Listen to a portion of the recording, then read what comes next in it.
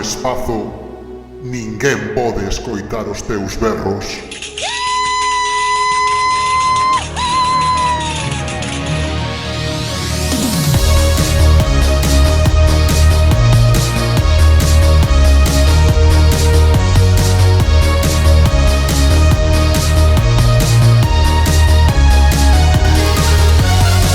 A Caixa Negra da Nostromo. Benvidos á Caixa Negra da Nostromo. Eu son Paco, da corte do director, e acompáñame o señor Fuco. O señor Fuco me acompaña. E o señor Fer Liñares. Hola, temos... Bos días, bos días. No, só quería facer pública unha queixa aquí cos nosos ouvintes de que me fixeron gravar pola mañá, que isto non se lle fai aquí a un home traballador que sufre toda a semana gañando pa que quere levantarse a 1 da tarde o sábado. Moi bos días, Corte, Paco, Fuco e todos os que nos escoitan. Ben, para comenzar temos ganas de contarvos que moitas grazas polo feedback que nos estades a dar polas redes, comentándonos a estrutura dos programas, o ben que funcionan, o moi pouco que vos gusta o cine, pero moito que vos gusta este podcast. A todos vos que nos escribides, grazas por escoitarnos e seguidnos escribindo, dándolle like, suscribíndovos e todas esas cousas que dicen os pesados de internet. Todes a nosa gasolina. Eu solamente lle pediría ao que me mandou o sobre con Amtrax que, por favor, a próxima vez veñan cartos, pero fora deso, verdad que estou moi contento co feedback. Non temos Patreon, pero aceptamos donacións vía gasolinera de Guitiriz, como Pepiño Blanco. E ben, bobos, como sempre vamos a comezar falando de que vimos estas semanas, así que vou a comezar por ti, Fer. Que biches esta semana que nos vas traer aquí a recomendar? Bueno, pois eu arrisco de ser acusado de falto de personalidade. Teño que dicir que fun ver a gañadora do Óscar, a mellor película deste ano, que é Todo a la vez en todas partes, en inglés Everything Everywhere All at Once. O cal hai que comentar unha cousa, pareceme que é unha boa traducción, pero hai un problema, que está desordenado. Que everything, todo, everywhere, en todas partes, all at once, a la vez. E que pasa? Pois pasa que eso logo na peli son os capítulos, é o 1, 2, 3, entón ao traducir ao español é un pouco así, bueno, pois desordenado. Pero bueno, quitando eso, teño que dicir que é unha película con bastante polémica, pero a verdade é que me gustou moito. Unha película de ciencia ficción, moi divertida, con moita acción, moi pouco pesada a pesar de ser unha película longa, pero que entre todo ese barullo de chistes e hostias atopas momentos de auténtica emotividade, e ves que subxacen temas moi cos que penso que todos podemos empatizar, non? É unha película que fala de complicadas que poden ser as relacións ca xente que queremos, unha película tamén que fala moito con obsesionarse con como teria sido a túa vida se tomaras outro tipo de decisións. Moi ben, de feito, o concepto de multiverso que manexa esta película está intrínsecamente relacionado a iso, non? A universos que se xeneran cando tomas unha decisión, non? Entón ves xente comunicándose entre distintos universos, vendo de, joder, mira o meu eu deste universo que tomou esta decisión ben, eu estou aquí jodéndome, non sei que. Toca eses temas cos que eu penso que todos podemos empatizar, e non chos tira a cara, non? É como que os sintes, pero nunha película chea de comedia, chea de acción, chea de imaginación. Para a min gustoume moito. Por que a xente non lle gustou? Pero o curioso é que, gustándome moito, parecéndome moi boa peli, comprendo por que a moita xente non lle gustou. Porque eu entendo que é moitas veces moi tontorrona. Moita xente eu entendo que pode ter un problema co ton cando estás a peli che fai empatizar con xente que o pasa moi mal, pero que mellor a súa cabeza son globos.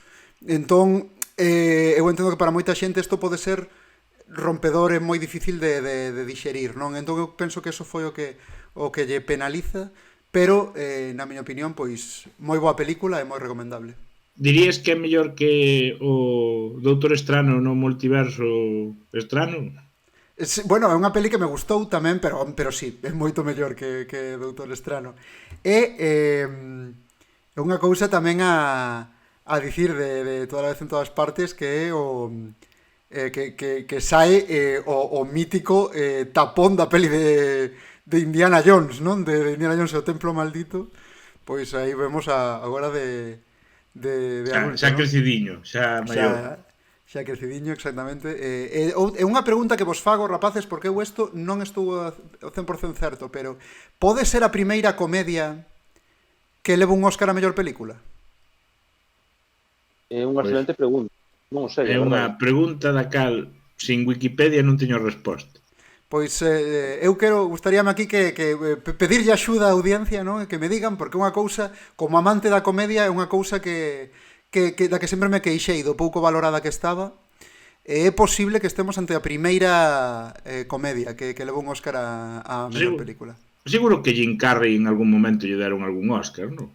No, Jim Carrey non. Mira, o máis semellante que me ven á cabeza é o Óscar que levou Jack Nicholson por Mejor Imposible. Ah, Pero digo Óscar a mellor película. a propia película, vale, Sí, vale. sí. Bueno, e A Paco, verdade- tú que carallo viche esta semana? Bueno, a min, antes de pasar a que vin eu, gustaríame dicir que eu ainda non vin toda a vez en todas partes, ainda que lle teño moitas ganas. A verdade é que cando vin a primeira reseña, moito antes de que lle sen o Óscar ou tal, tengo a impresión de que era un novo caso, non, de Armageddon Deep Impact, porque dixen, jolín, esta película parecese moitísimo a de Doctor Strange, que tampouco vin por outra banda. Pero sí que é certo que as reseñas que vin, co comentario que nos fai Fer e demais, e que me parece que debe ser unha película bastante original. Eu teño gana de vela, e eu creo que esa reacción que hai contra ela, que eu tamén a palpei, é unha reacción un pouco boomer, pero non tanto boomer porque haxe un tramo de idade a que non lle guste por xe, porque hai xente da xeración boomer que é moito máis moderna que xente de xeracións posteriores, sino un boomer no sentido de xente que ten unha visión do cine moi pechada a que este tipo de cousas que son igual máis innovadoras ou distintas non lles entran na súa definición. Pero bueno, supoño que iso é algo que pasa en cada xeración, porque hai auténticos clásicos para nós hoxe en día, algún deles imos falar hoxe del, que no seu momento foron completamente denostados. Podemos coller críticas das películas que todos lembramos dos anos 60, dos anos 70, dos anos 50, e ver que naquela época eran pouco originais, non sei que, mal rodadas, mal interpretadas, tal, e que hoxe se utilizan en academias en centros de formación de cine como exemplos do bo facer cine. Entón é certo que as opinións son como os cus, non? Que todo mundo ten algunha, pero tamén é certo que hai opinións que ademais o que representan é cerrazón, non representan unha opinión, representan unha reacción cara a un tipo de cine que non che gusta. Ya está, tiña que sacar isto de dentro. Ainda sin ter visto a película, porque sí que me parece moi injusto a reacción como contra ela. Foco, perdón a cousa. Podes cedellar un pouco na conexión do teu micro, que entra ás veces un pouquiño de ruido e penso que é un problema igual si enchufas e desenchufas ou algo así, amañamos porque se escoita, non sei se te pasa. Sí, o probar como abrir solo, sin micro. Eu escoito un pouco de Moscardón por de fondo cando fala. A ver, proba aí un segundiño. Agora que tal? Moito mellor. Moito mellor. Pois si, foi Black.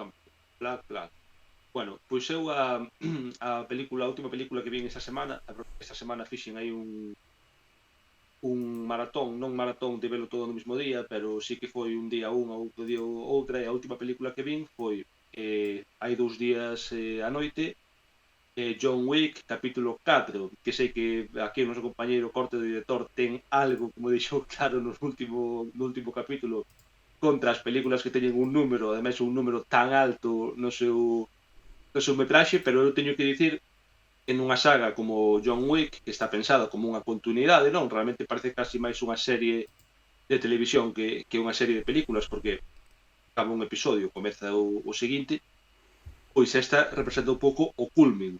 É certo que o mellor non é unha película para todo o mundo, porque tenche que gustar pelis nas que o 70% da metraxe son hostias e ademais unhas acrobacias e unhas coreografías moi espectaculares, pero se estás disposto a pasar por ese aro, creo que é unha película bastante disfrutable. Creo que pecha ben o listón dunha saga que tampouco daba xa moito máis de sí, porque ao final de iso chega un momento en que cansa tanta hostia seguida. Entón eu creo que, bueno, conseguiron facer aí un crescendo e foron para arriba. Para que non o saiba, ainda que non creo que a esas alturas quede que non o saiba, John Wick é unha serie de películas que van dun asesino a soldo da mafia que despois de conseguir retirarse antes da primeira película, uns mafiosos matanlle ao seu can, que fora o último regalo da súa parella morta de cancro. Entonces el entra nunha espiral de volta, sabes, como no principio do GTA San Andreas, cando dicía CJ shit, here we go again, pois estou igual, en plan, bueno, pois teño que volver a esta vida a buscar vinganza. Sabes, o peor deso é que sembra a posibilidad de que cando o actor se canse collan a algún máis novo e lle digan vamos a facer as precuelas onde tiñas unha muller sin cáncer por transporter, claro, eso dilo por transporte, por exemplo. Iso que estazan. A min recórdame un pouco, conste que me parecen que teña máis calidad de John Wick, son máis orixinais. De feito, nesta última película teño que dicir que unha característica que ten a saga que sempre buscan antagonistas moi currados. Nesta racharon porque conseguiron realmente un actor e un personaxe. O actor é Donnie Yen e o personaxe é un asesino cego que ten que un antigo amigo de John Wick que ten que perseguilo para acabar ca súa espiral de destrucción, que a verdad está moi guai. É certo que o personaxe me recordou un pouquiño o personaxe do mesmo actor en Rogue One, pero bueno, non é o clásico pois son un asesino tal que está aí sin máis, non, é un tipo que ten moitísima carisma, moita personalidade. O tema da cegueira úsase dunha forma intelixente, porque incluso ten que utilizar unha serie de gadgets a hora de loitar. Bueno, o sea, como eu recomendo. Como un Dan defensor, non? Aí rollo usando o oído para saber onde están as cousas. Sí, pois aí sí que se parece un pouco. Eu xa antes de deixar de defender esta película, direi, para que non o saiba, que un dos temas que máis me gustan das pelis de John Wick é que hai como unha gran organización internacional de asesinos que teñen códigos entre eles, son de prácticamente todos os países que se vos ocurran, teñen lugares santuario que son hotéis nas que ti entras cunha moeda de ouros que pagas e aí non se che pode facer nada, non se pode. O hotel dos reis católicos. Parecido, pero chamase o Continental. Bueno, eu recomendo 100% John Wick. É certo que capítulo 4, é certo que para entendela tens que ver a 1, a 2 e a 3. Non podes facer como con Venganza, coller e vela. Venganza 1, Venganza 2, Venganza 3 e non ten por que... A ver, podes buscar unha sinopse en internet e ir ver a que queiras. O que pasa que, te digo, como unha serie de televisión destas que están conectadas todos os capítulos. É como se ves Game of Thrones se ves o capítulo 5 da primeira tempada, sabes? Non ten contexto. De feito, eu vin a 1, a 3 e xa resentínme de que me faltase unha, porque había un montón de cousas que non pillabas, e me que explicar o meu colega no cine o que pasaba, e agora esta última vez que vin todas para ver a cuarta xa as vin en orden e todas seguidas, a 1, a 2, a 3 e a 4.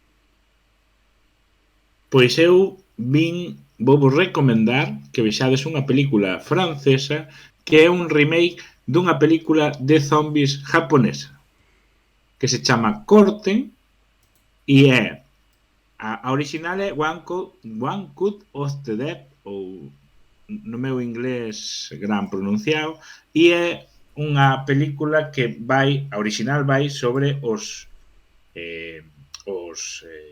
asiáticos gravando unha peli de zombies sobre que unha película que vai sobre que están gravando unha peli de zombies e hai un ataque zombie. E ves como fan todos os efectos tradicionais de película de zombies cutre, como salta a sangre, etc. E como se van enfrentando aos problemas que van salindo durante a grabación da película. Perdón un segundo, porque teño un gato aquí na casa que creo que me está liando moitísimo. Espera un segundinho. Vale. Perdón. Gatos Corten. Xa estou de volta. É que teño a nada despreciable cifra de 3 gatos aquí vivindo con nós. E o máis pequeno, o máis novo, é bastante liante. Vale, pois eu veño a recomendarvos Corten, un remake francés dunha peli xaponesa que se chama One Cut of the Dead, non sei se o pronunciei ben, por eso o pronunciei rápido, que é unha película sobre como se grava unha película de zombies na que a película de zombies é unha película na que están grabando unha película de zombies e hai un ataque zombie. Sei que é moi lioso, pero é que o remake é moito máis divertido porque os japoneses contratan a un director francés e a todo un equipo francés para que fagan o remake baixo as súas condicións. Entón estás vendo unha película na que os franceses teñen nomes japoneses porque non poden modificar nada do guión original. E, además, teñen que facer en directo porque é para unha nova plataforma. Entón non é que graven a película, é que a están emitindo mentre están grabando e iso tamén lles dá outros problemas adicionais. Así que vos recomendo moi fortemente que vexades Corten. Eu ia preguntar a necesidade de traer cine francés aquí, eu non entendo de...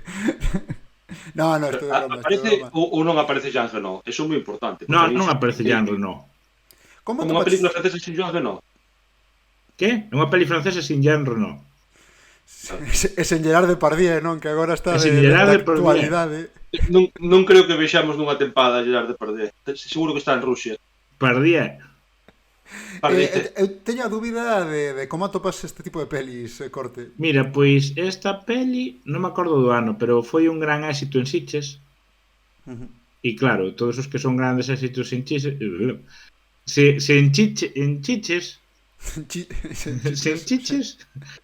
se foron grandes éxitos en Sitges, pois ao final acabas véndoa porque pasa de boca a boca. Así que recomendo fortísimamente que vexades Corten. E con este título tamén nos dá... Dime. De que ano é a peli? É recente? É recente, non sei se foi ou do ano pasado ou do anterior de Sitges. Vou anotar. Que tu vou mirar se está en alguna plataforma. Non o sei, porque a vin moi pouco lexítimo cando a puxen. Así está que... en Filming, se alguén a quere ver lexítimamente, está en Filming. O peor de todo é que teño Filming e a vin de forma non lexítima. Bueno, pero unha cousa por outra, non? Quero dicir, xa paguei. No, xa estaba paga. Que máis lle dá como vexe agora, non? Exacto. A película xa estaba paga. Bueno, con este título e este chiste sobre a legitimidade do consumo, vámonos a un descansiño.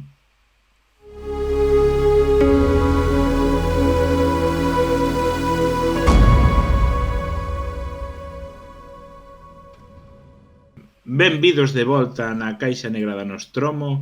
Hoxe imos a meternos en vereda con un tema super interesante que é cando os malos do cine tiñan razón e hai que facer un giro de guión para que digas, bueno, o bueno é máis bueno que o malo, quédome con este que é bueno. Así que temos a Fer que nos vai a falar dunha gran película moi oscura. Moi oscura. Bueno, non sei se é gran película, pero mira, falábamos antes dos Oscars, esta película sempre me gusta recordar que estuvo nominada no seu ano o Oscar a mellor película, o cal me cabreou bastante porque estamos a falar de Pantera Negra, de Black Panther. Ese mesmo ano estrenábase Infinity War, Avengers Infinity War, co cal eu considero que Black Panther non é nin siquiera a mellor película de superheróis do ano. Entón, que estuvera nominada a mellor película, eu creo que claramente é un intento de que a población afroamericana, que normalmente non ve os Oscar, vexa os Oscar. Bueno, despois da hostia de Will Smith, o mellor están vendo os Oscars. Agora sí, Ollo, pero eu tamén, eu quería ver que levaba este ano, non? Molaba que se sorteara unha hostia nos Oscars. Sabes, que non souberas a peor película do ano leva unha hostia. Eso molaba, que non superas que vai levar e a hostia este ano vai para Bueno, Vin tería estado moi Diesel, guapo. ah. Tería estado moi guapo que a Steven Spielberg, que leva 20 anos en facer unha peli a dereito e iba este ano con Fabelman, en vez do Oscar, que non lle desen a hostia, en plan, toma, esto por inteligencia artificial, y esto por Minority Report, y esto por el Bueno, Ponte de los Espías. Podían, Odio Non todas gusta as películas. non vos gusta Minority Podían- Report. Nada, podíanlle facer o mismo a Nolan, que ven aí retrasando que nos estrenen Barbie, que é algo que queremos ver No, todos, joder. a Nolan non hai que darlle un puñetazo, a Nolan hai que facerlle cousas menos axustadas aos dereitos humanos. Pois eu vou ir ver Oppenheimer, así vos lo digo. Non sei que Pero- tal estará. Señor Fer, volvendo á película, antes Sí. de que a xente diga que non É verdade. falamos do que temos que falar. É verdade. Vamos a Black Panther.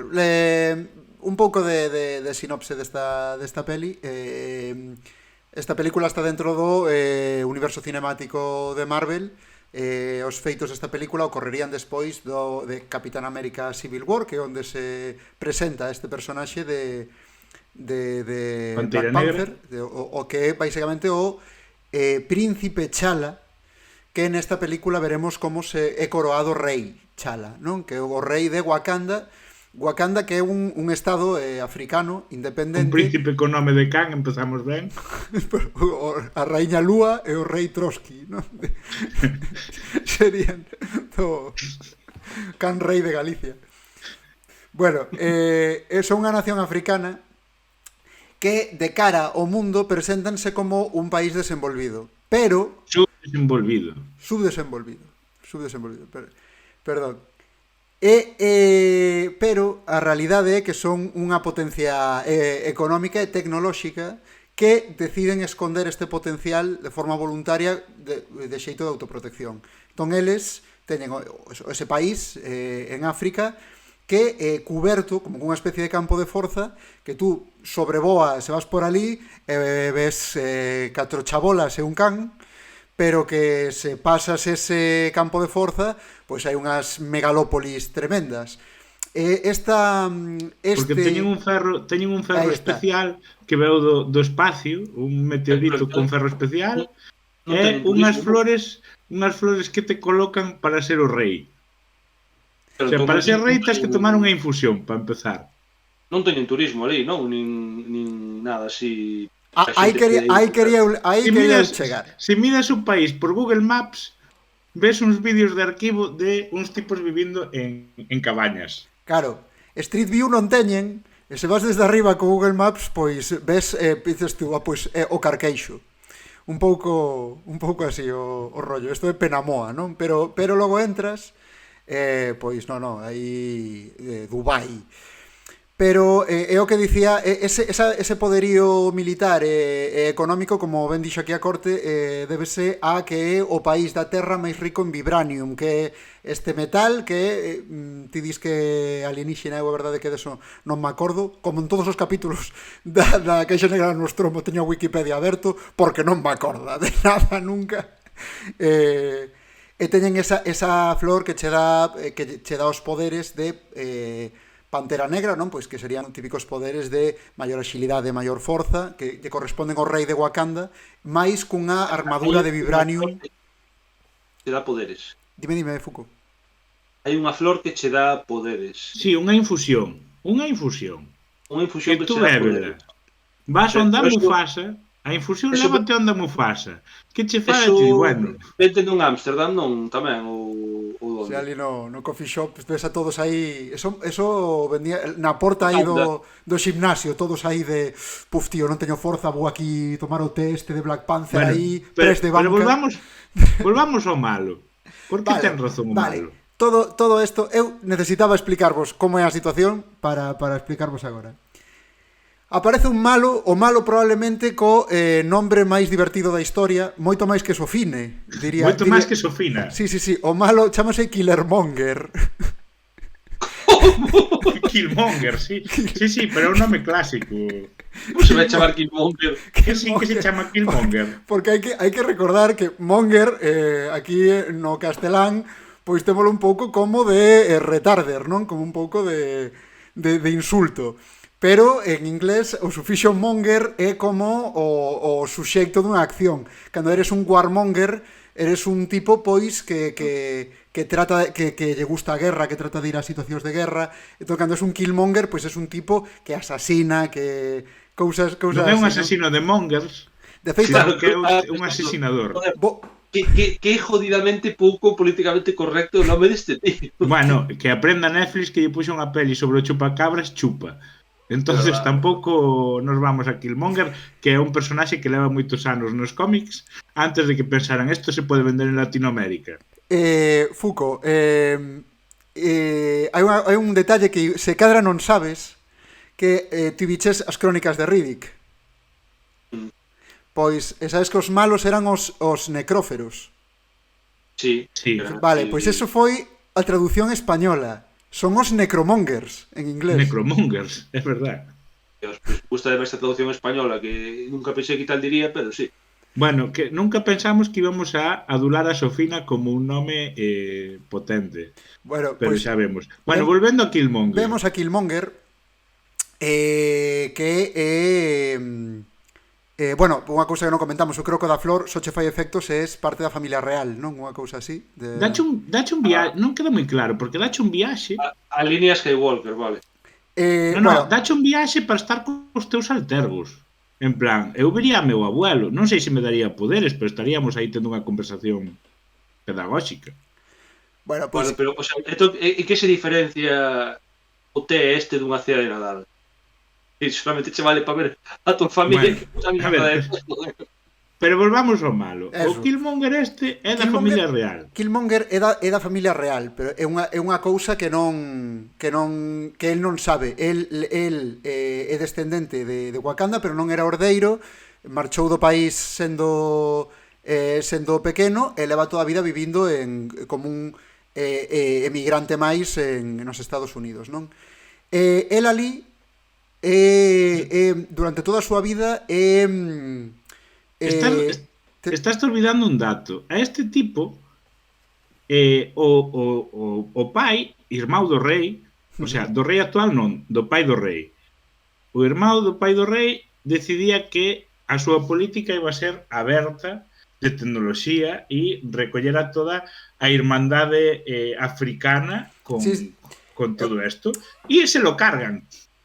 Eu quería poñer isto, eu quería falar disto agora das motivacións precisamente de Killmonger, non recordaba ese detalle, pero... Claro, pero é que non é que sea un inmigrante normal, é que se cargan a seu pai. Xa, é un exiliado político, realmente, en efecto.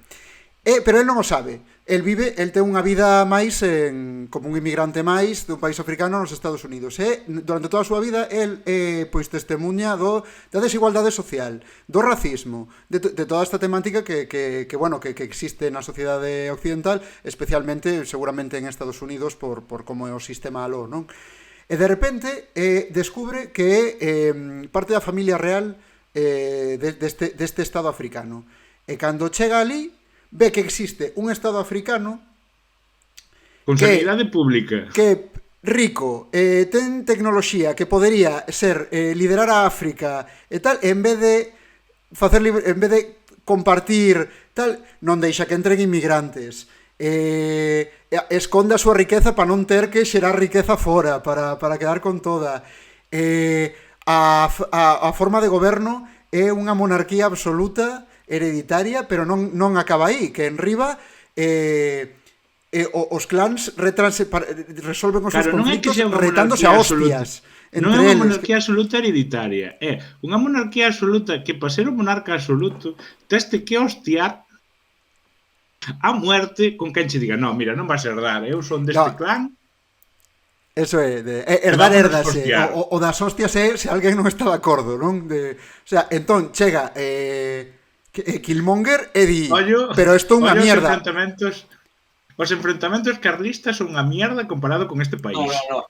Pero este país o que é o maior club de fans do rol en vivo de Predator que existe, porque ata agora todo o que escribiste é a sociedade de Predator. Pois lle falta ir en naves a cazar especies alienígenas pola galaxia. Bueno, mira, eu teño, entón chega Killmonger evidentemente di, ou sexa, que eu todas as persoas de raza negra polo mundo estamos pasando as putas, estes cabros que poderían montar unha cousa para que a xente en África vivira ben, están eles aí papando todos os cartos e dicindo, ai, non, somos pobres, e non deixan entrar inmigrantes, e non deixan fazer nada, en riba monarquía absoluta, hai que derrocar este sistema de goberno injusto. E diste, ese é o malo da peli, o que quere facer eso. Entón diste, a ver, non? Que igual un poquinho de razón ten, non? En riba, tes o problema de que, claro, sempre hai este momento nas pelis superheroicas no que o heroe cae e se levanta. É dicir, neste caso sería unha derrota que o rei T'Challa sufre contra Killmonger.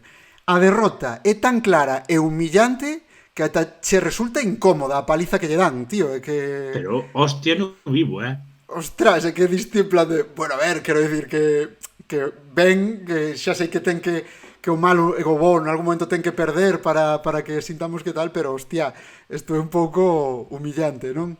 E ao final da película, non sei se... Bueno, non vou entrar no final, pero digamos que incluso a propia película... Conto volo eu, non, que non nos faga...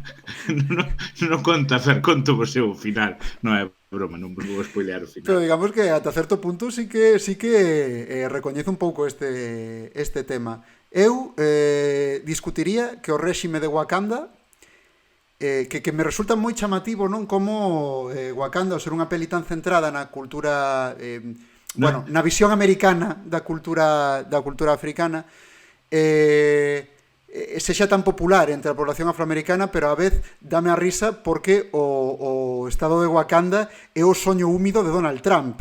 Sí que vou facer un pequeno spoiler. É que me encanta porque a película acaba e o rei T'Challa di, bueno, vamos a hacer algunas modificaciones en esta política tan estricta, ya que pasaron estos eventos desta película e tú, fillo de puta. O sea, sí. Ahora faste socialdemócrata. Despois de todo isto. Acaba a película e o rei di, bueno, chamádeme Adolfo Suárez, non? Sí. Unha cousa nese plan. Sí. Me he equivocado, non volverá a ocurrir, dío. Sí. E ahora vamos de caza. No, pero claro, o que decía que é o soño húmido de Donald Trump, porque o tipo teñen un muro para que non entren inmigrantes. Teñen aí aranceis a exportación, a importación, a aislacionismo en lugar de económico. En lugar seguro de tanques, que non hai matrimonios interraciais. Seguro que todas as familias son monorraciais. Fer, en lugar de tanques montan rinocerontes porque además explotan animales. Montan rinocerontes con placas de vibranium. Sí, bueno, a ver, é unha... Desde o punto de fantasía mola, pero sí que é verdade que é unha visión bastante estereotípica da cultura cultura africana. Creo que podemos baixar un pouquiño máis a realidade e falar dun caso moi polémico, pero eu veño aquí a decir que nas bestas os malos eran os franceses e que os pobres dos habitantes dese pueblo tiñan ganas de poñer aerogeneradores, vender madeira e retirarse. E dicen na película, en plan, eu quero ser taxista en Ourense, que miña nai deixe de traballar, porque ves a pobre da señora traballando aí, non sei cantos anos terá, pero mal do lombo estaba, con 4 vacas. Pero canta claro, di todo. E quero ir ás putas cheirando ben. Canta claro. Que tamén di eso, É verdad, quero que non me rechacen. Non o di así, pero di eso. A ver, este señor co seu discurso de vou montar unha horta ecológica, que sacha os tomates de rodillas e ven un do pueblo e dicelle, pero vamos a ver, hombre, sacha como Dios manda, aproveita a horta. El dicelle, tú non sabes de cultivar tomates ecológicos. A ver, eu vou dicir unha cousa das bestas. Para min é unha película que ten, supoño que sabedes de que esta na falo, ten a capacidade de que nun momento ti como espectador comprendas os motivos dos dous bandos en conflicto. E a min eso recoñezo que para min é un punto moi positivo da película. que non é, aínda que houve acusacións, non, de que daba unha imaxe terrible do rural galego, non sei o que. A ver, non digo que non pode haber xente que se vexa reflexada e que se sinta ofendida.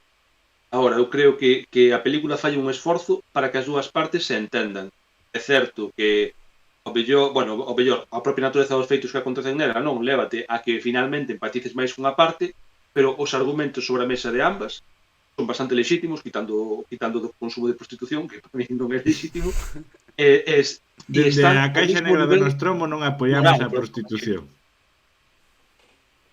Eu nese sentido creo que é un punto a favor da peli, que ademais eu con toda a xente que falei dela, a verdad que todo o mundo me comentaba o mesmo, que chegaba o momento no que entendías ambas partes e iso era moi importante. Sí, pero para min ten un gran defecto e é que a cámara sempre está detrás dos franceses.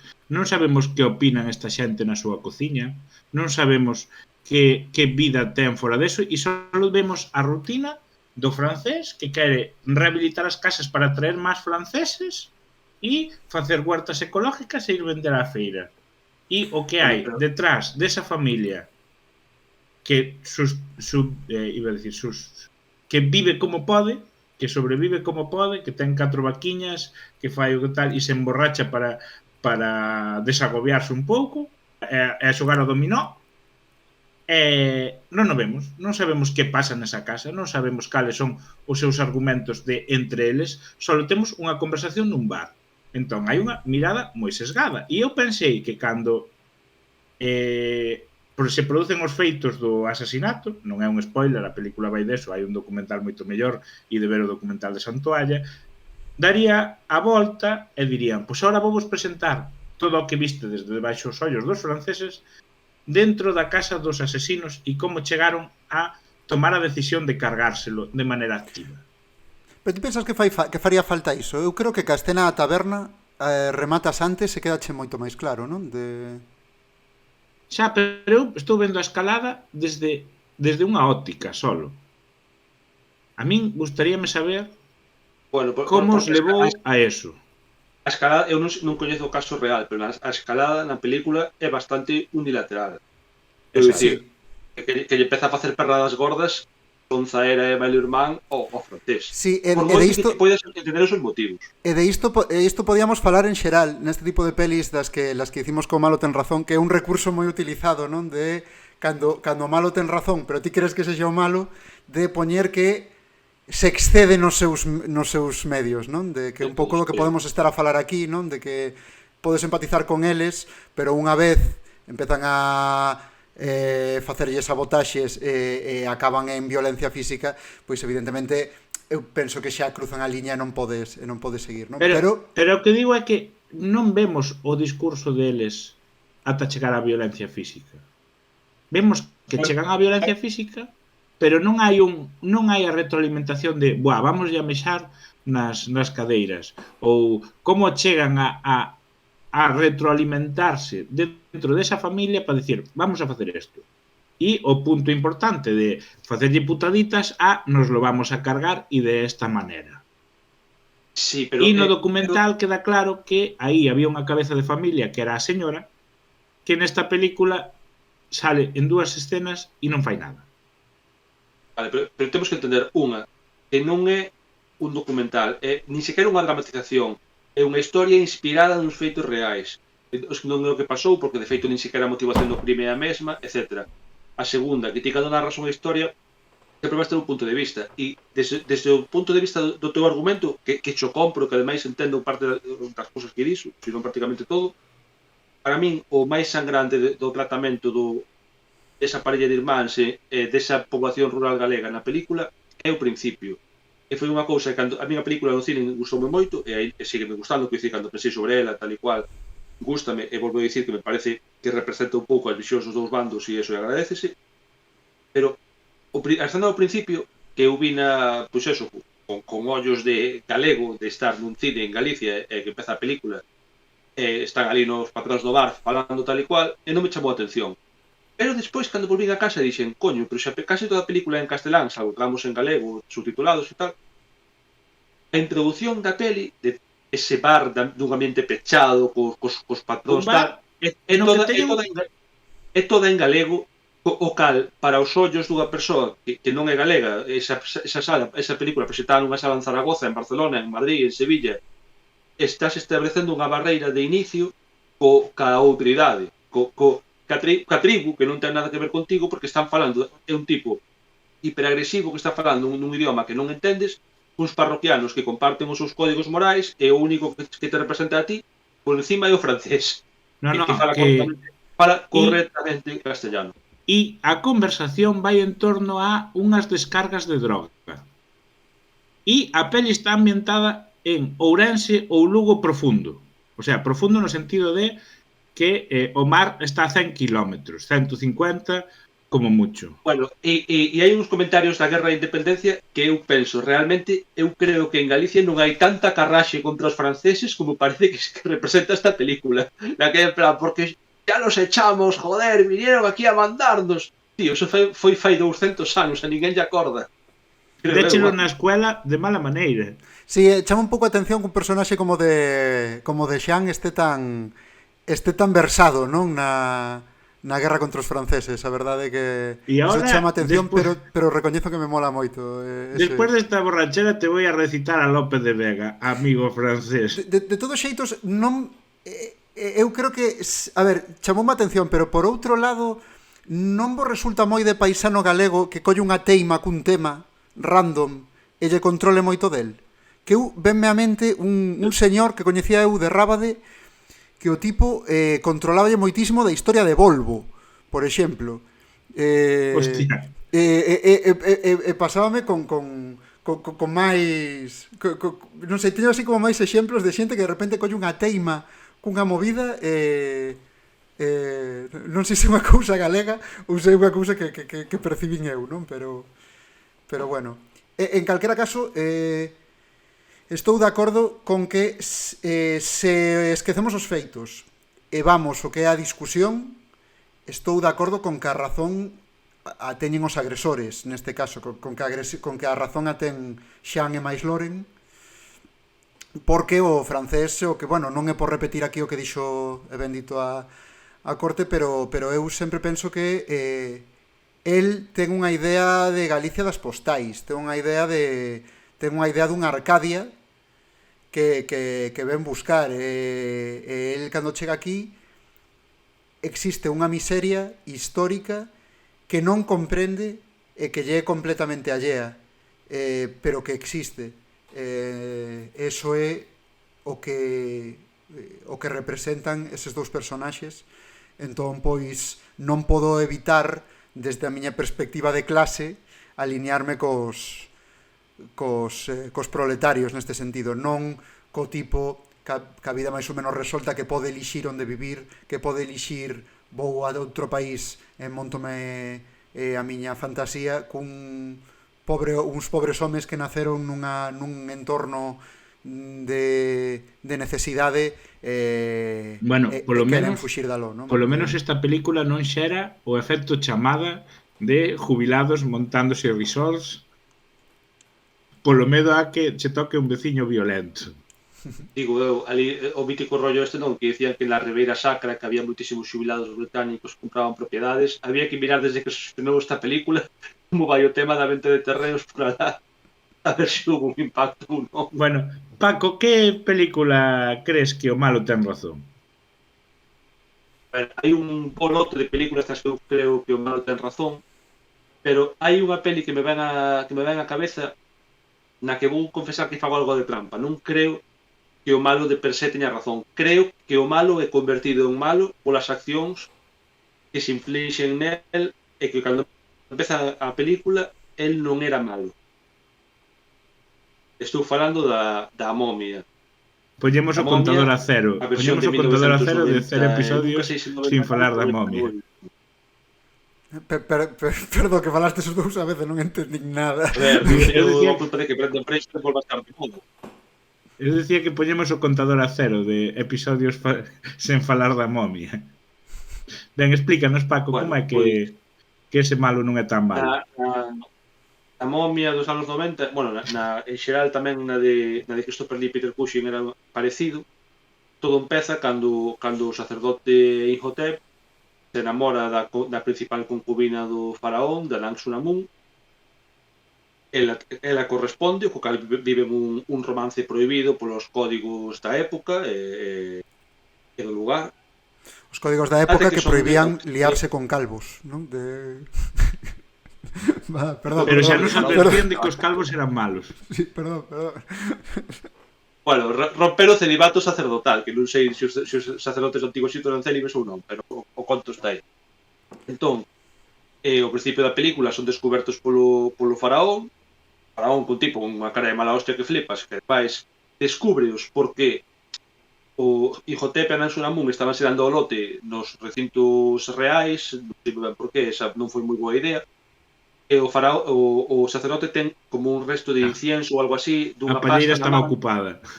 e cando a deixalle marcado un brazo. Entón, cando chega o faraón, Imhotep agóchase, ele entra con a cara de mala hostia moi grande, e dille algo así, levanta e sinalalle o brazo e dille: "Quen te tocou?"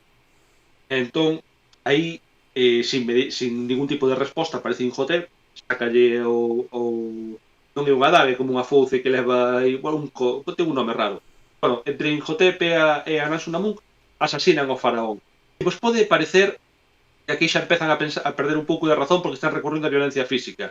Bueno, eu quero dicir que sic semper tyrannis, non? Así sempre os tiranos. Eu creo que o magnicidio dun faraón, en todo caso, é un feito bastante xustificado, porque non deixa de ser un gobernante Di que sí, Tamén é injusto, É a tamén moción é de injusto censura que da época, non? Tamén é injusto que o faraón pudera ser polígamo e as súas concubinas tuveran que guardarlle monogamia. Eso é malo. Esto máis, de espolvorear a túa parella para ver quen a tocou é un pouco a versión celosa do teu pai que marcaba as botellas cando marchaba da casa para verse Bueno, o caso é que eles cárganse o faraón, e entón son capturados pola Guardia Real. Entón, ela, Anck-Su-Namun, antes de que a capturen, dille a el que escape, pero sí, porque estou me equivocando. Ela dille que escape, porque está vindo a Guardia Real. Aparece a Guardia Real e ela suicídase. Levas unha daga e morre. E ele escapa Estou co seu imaginando unha Guardia Civil. Unha Guardia Guardia Civil os tipos da época, sabes? O seu tricornio este da cabeza e cuns tricornio con forma de pirámide, que era o que se levaba na época. aí na rotonda as aforas de Tebas cando eran as festas do Carmen ali, non? Do Carmus, bueno, Do Carmus. pois como Imhotep é sacerdote, pois por algún motivo random coñece as artes da nigromancia, entón é capaz de resucitala. Cal é o seu plan? Se les escapa con os servidores, rouban o corpo de Anck-Su-Namun e lévano a la ciudad de los muertos, Hamunaptra, que de por sí, sabes, non é podía levar a Marinador ou algo así. San Andrés de Teixido de Egipto. O Ferrol da época. Entre a cidade de vacacións e a cidade dos mortos, pois decide levar a cidade dos mortos para resucitala. Lógica not found. Ben, levan ali, pero resulta que foi unha mítica operación encuberta, os gardas do faraón sabían desde o minuto 1 que ele iba a facer eso, e xa os seguiron e xa os capturaron a todos. Isto é como cando... Como a redada da Operación Nécora. Sí, tal cual. Caen todos con todo o equipo. Isto como este rapaz que acaban de ter en Estados Unidos por filtrar documentos hipersecretos, non, no chat dos seus colegas, para demostrar que sí, que podo facelo, pois isto é unha cousa parecida. Son igual de lenos, igual. Jack Teixeira. Xan Teixeira, un saúdo desde aquí. Patriota galego. Bueno, sabemos que nos escuitas, Xan Teixeira. Xan Teixeira, hombre. Ya que é o nome que usa lá. Tiña que mandalo pa Teixeiro, tiñan que mandárnoslo, non? Aquí Bueno, non teño ningún arma a man para... Bueno, vamos a parte no que non é spoiler o convirte nunha momia. Entón, ele é capturado e condenado ao Home Die ou algo así terrible, que a peor maldición era tan terrible que ata entón, estou imitando a voz do tipo que conta, nunca se practicara. Entón, paso número 1. Entonces, se hasta aquela non se practicara, como sabían como se facía? Se ninguén me fixera antes, sería por algo. A segunda é que era que, bueno, unha explicación rápida que lle cortaban a lingua, metíalo nun cadaleito cheo de escarabellos devoradores comen carne humana, echaban ali cando ainda está con vendas cando ainda estaba vivo, tal e cual. Isto é Entón, como das esta formigas maldición no. ten un efecto secundario. O efecto secundario da maldición é que se algún día te reviven, pois eres la polla. Sí. Vas ler o Apocalipsis, o que me parece un efecto secundario bastante forte. Sabes, é como os míticos medicamentos de, eu que sei, pois tes un medicamento para a tensión que fai que te convirtas en Hulk. Pois, a ver, é un fenómeno secundario Eso foi o que bastante... eso foi o que pasou ca Viagra, non? Que a Viagra suponse que era para mellorar a circulación e digo, hostia, pero cuidado, que igual a circulación é o efecto secundario. No, pero Eu non sei se lestes os míticos prospectos, joder, tes un dor de cabeza, colles unha pastilla de Bayer, abres o prospecto, diarrea, hemorraxia, ataques de sono... Transformación en momia. Pero eu entendo que o maldigas vas a estar no inferno torturado e pasando mal eternamente. Ou como na momia esta, a última película da momia que se fixo que meten a momia en como se chama? En isto que se pon nos termómetros. Mercurio. En mercurio para que non lle dé o sol e non sei que, e me lo expliques. Pero que me digas, vamos te meter aquí nunha pirámide que eso non se ve. Unha pirámide é algo que non chama a atención para nada. Te metemos nesta pirámide. No, pero na película esta está enjamonada a momia, pero está, é certo, nunha cripta como moi oculta. É dicir, non está á vista. É a única parte que ten coherencia de todo isto. Coño, eu prefiro, non sei, colles a momia, tírala a un pozo do Purín. É máis difícil de encontrar. Non sei. O caso é que eu o que quería defender aquí é que Imhotep é unha víctima dos acontecementos. Porque ele o único que quería era vivir o seu amor prohibido con Anán-Sunamun, e o faraón chegou ali a meterse polo medio e a mandar e a facer esas cousas que facían os faraóns. Dato histórico random. Sabedes que unha das potestades do faraón era no festival de non sei que da colleita unha vez por ano facer unha palla sobre o río Nilo porque o semen do faraón era o que garantizaba a fertilidade de Egipto? Sí, dato 100% verídico. Eu cando xoguei ao faraón eso non pasaba. Porque non xogaches a versión boa, xogaches sin DLCs. Fab Simulator. Joder. Bueno, non sei que opinades vos do feito de que Imhotep non era malo. Eu creo que, a ver, eso pasa ca momia, co home lobo, cos vampiros en general, que son maldicións, entón, son malos, pero non porque sean malos, sino porque a maldición é a cousa mala. Cos vampiros en xeral, se Frankenstein, de que Drácula e Vlad Tepes era un fillo de puta cando estaba vivo. Non é unhas cousas. A ver, depende, a ver, era un... Ahí... A ver, dábase banquetes entre mares de tíos empalados. A mí eso pareceme cruel. Ou decorativo. Eu aquí non xugaría as culturas dos demais, non? Hai que respetar. Claro, está aquí o relativismo cultural. No, pero vamos a ver, Nos Fuco, 80 levábanse pantalos raros. Non che compro o discurso porque isto é un pouco o tema de cando se descubre que o teu veciño era un terrorista e dis, pois sempre saludaba, non? É dicir, evidentemente ninguén é malo ata que fai algo malo, pero entón vale, pois non é malo ata que se convirte en momia, pero é que é o malo da peli da momia, non? Quero dicir, ata que o converten en momia. Bueno, pero unha vez o converten en momia é unha momia mala, quero dicir, nós podemos pensar de, joder, que putado que lle pasou que o fixo malo, pero é malo. Pretende conquistar o mundo despois, dice, bueno, este mundo non é como o que eu conozco, pero podía ser rei. Quere conquistar o mundo e resucitar a Anán-Sunamun. O seu objetivo básico sigue sendo pinchar. Creo que podemos entender perfectamente esa motivación. Cuidado, que o terrorismo islámico, recordemos que tamén ten ese obxectivo, ¿no? De morrer e ir a onde están as 70 virxes. Que, joder, macho, eu teño pasado temporadas de sequía, pero nunca estuve aí tan salido como para morrer a verse fodo. Pois eu quería falar... É máis fácil facer como un American Pie, é verdad. Mellor é a versión light. É o malo da American Pie, probablemente. Pero 0 capítulos sen falar da American Pie. Tamén, é verdade. Eu viña a falarvos tamén dunha película que é Amanecer Rojo, a original, non o remake, onde a Unión Soviética, xunto cos países latinoamericanos e algún asiático, deciden invadir a Unión Soviética despois duns títulos de crédito onde che dicen que pasan cousas que me olvidei. Invadir os Estados Unidos. Os Estados Unidos non se van a invadir a si mesmos. Como van a invadir a si mesmos? A Unión Soviética, países latinoamericanos. A Unión Europea, iba a decir eu.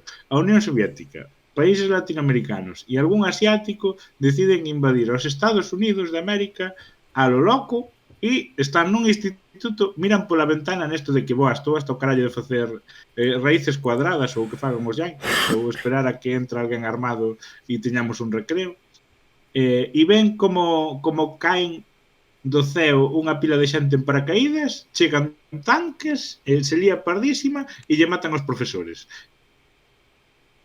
Fiesta, tío. Non é tan malo. Ata aí a mí teríame encantado vivir unha situación así. Claro, instauran aí un estado soviético, persiguen aos que estén en contra deles por ser moi estadounidenses, ao exército e tal, e un grupo de chavalines se van ao monte, porque como son moi americanos, pues a resistir no monte, pero non teñen ni puta idea de resistir no monte e pasan as putas. No monte, sí, podemos seguir practicando o capitalismo aquí. Ese é un pouco a línea argumental. Ese é un pouco a línea argumental desta película. Que non molaba... Di quen son os protas, por favor. Non os 80 en ciencia... Non te acordas? Si é o mellor da película, son os 80 puros. Paco, ilústranos, por favor. Tío, son Patrick Swayze e Charlie Sheen. Ostras. Son os anos 80 en estado puro. E para mí iso é o máis grande desa peli. Patrick Swayze, a única persona a que lle quedaba ben o pantalón subido ata as tetas, non? Sí, señor. Desta non baila. A ver, eu entendo que esta película hai que quitarlle puntuación porque non baila Patrick Swayze, entonces perde parte da gracia, pero nin tampouco se emborracha Charlie Sheen, entonces, bueno. De feito, hai unha cousa que me fai moita gracia nos malos, o sea, nos comunistas, teñen unha conversación, un general da Unión Soviética con un cubano, que o cubano dicelle, a ver, nos estamos pasando e nos tenemos que ganar. Nos tenemos que ganar a esta gente e no tanto campo de trabajo. E o comunista dice, bueno, me vas a decir tú a mí como tengo que invadir un país? Un pouco así, tú dices. Bueno. Pero que lle di cada cousa que un cubano o soviético? O cubano dice, hai que ganarse a la gente, amigo, ser guais, en plan, non ser tan restrictivo, soltar un pouco... tío, enróllate, no, e o comunista... O sea, o latino así, bo tío, graciosete, e o eslavo, hijo la gran puta. E o outro, en plan, no, esto invadimos... Pode haber un guionista máis vago. Por certo, non sei se dixeches, pero igual digo unha gilipollez, pero sóname que a película de John Milius, para que non lle soe John Milius, é un director hiperfascista, director de un peliculón como Conan o Bárbaro, tamén fixo esta, e nel está basado o personaxe de John Goodman no Gran Lebowski. O sea, John Milius é John Goodman no Gran Lebowski. Nivelón. Eu estou esperando unha preguntiña aquí. A tese de que o malo ten razón basicamente porque é comunista e se enfronta o imperialismo yanqui. Lenin mola. Confirmo que a película é de John Milius, o mismo director que Conan o Bárbaro. Conan o Bárbaro é moito mellor que esta película. A ver, porque poñer a Conan o Bárbaro pegándose con comunistas era un pouco extraño. Bueno, técnicamente os malos de Conan, que son así un rollo moi hippie, unha irmandade así tal, serpentil, son cómics, e o líder é negro nunha peli de finais dos 70 principios dos 80. Non digo máis, pero xa era comunista a kilómetros. Fer, cal é a túa película na que os malos teñen razón? Xa vamos cada seguinte ronda, non se fai descanso agora ou continuamos? Despois de Karate Kid. Vale, pois logo vamos con Karate Kid, non? Que en efecto é da peli que quería traer. Que pouco preparado está este guión, que pouco guionizados son os nosos programas. Sí. Espera, que pongo aquí? Risas enlatadas. Risas enlatadas. Sí.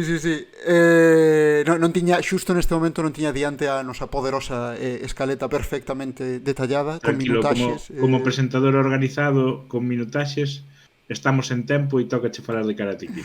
Sí, Karate Kid. Esto sí que é unha miticada dos 80, Fuko.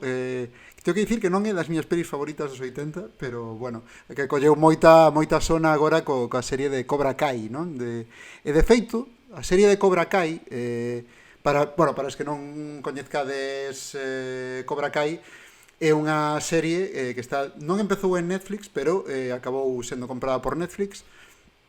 É unha serie cos actores que se desenvolve é unha especie de secuela de Karate Kid, eso, pois 30 anos despois. Que continúa un pouco cas mesmas rivalidades e cos mesmos feitos que ocorreron nas pelis antigas dos 80. Precisamente a existencia desa serie é argumento de que o malo tiña un pouco de razón nesta película e explótano. A película trata de a familia Larusso, digamos, que é unha máis solteira co seu fillo Daniel Larusso, que se mudan de New Jersey ao estado de California. Entón, claro, ten as típicas trazas, non, dun rapaz, bueno, pois con infancia un pouco jodida. O Daniel Larusso é un rapaz rebelde. A liña argumental aquela de que os divorcios eran malos, moi ochentoso. Tan daquela. É un rapaz rebelde, un rapaz moi individualista, non? Que vai ao seu aire. Chega a ese instituto, pois ese conflicto costa leste, costa oeste de Estados Unidos, non? Que non parece encaixar moi ben. Entón, bueno, pois é un rapaz así un pouco solitario e cunha adolescencia así un pouco jodida. Que pasa? Que este rapaz namora dunha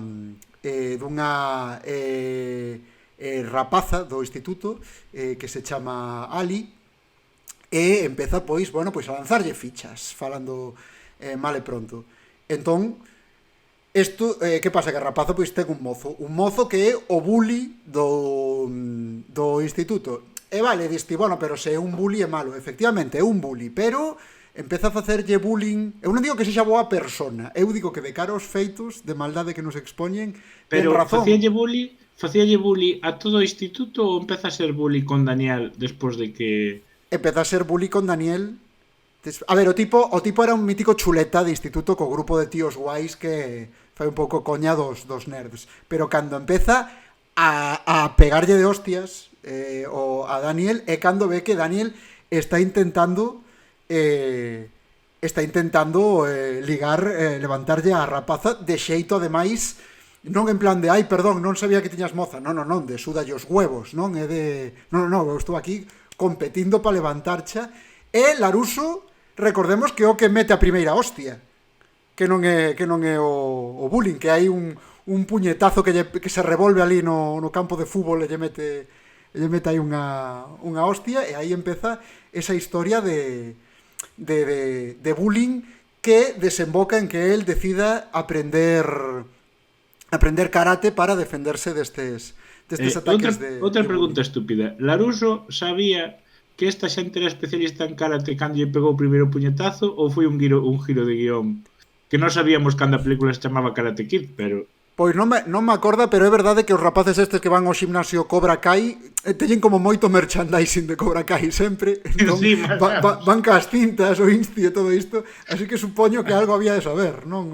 A lo mejor era unha pista de que te podían hostiar. Sí. Sí, a ver, moi listo non é durante a toda a peli Larusso, que é algo que manteñen na serie, que sempre é como que sí, a sabiduría ou non sei que, pero é ten a mecha cortita. Esta non é a película na que un vello se aproveita da necesidade do rapaz para obrigalo a limpar o coche. Home, mítico, coidado, con o señor Miyagi nin esto, nin esto. Pintar as vallas e facer non sei que máis. Fai un pouco un Tom Sawyer, non? Aquí a Daniel Larusso. Sí, poño aí a limpar o coche, dar cera, pulir cera e todas esas cousas que coñecemos. Al final son novas masculinidades, isto de que enseña a limpiar e tal. Limpar o seu coche con ligar ca rapaza que me gusta. Xa o verás, xa o Xa verás. verás, si tal, xa verás. E agora a comer os helados. Pero que ten que ver comer un helado coa rapaza que me gusta? Xa verás, xa verás. Esta teoría de que, bueno, o malo que se chama Johnny Lawrence, por certo, esta teoría de que Johnny é o bo en... joder, Johnny ademais ten pouso de boa persoa, porque ves que Johnny, cando están nese torneo final, ollo spoiler de Karate Kid, supoño que se pode dicir, ese torneo, non, no que o final, no que o seu adestrador quere obligalo, non, a atacalo de xeito a facer dano, non, a lesionalo para descalificalo. Vemos que ele está incómodo con iso, que incluso se revolve un pouco contra o seu adestrador que lle insta a facelo mal.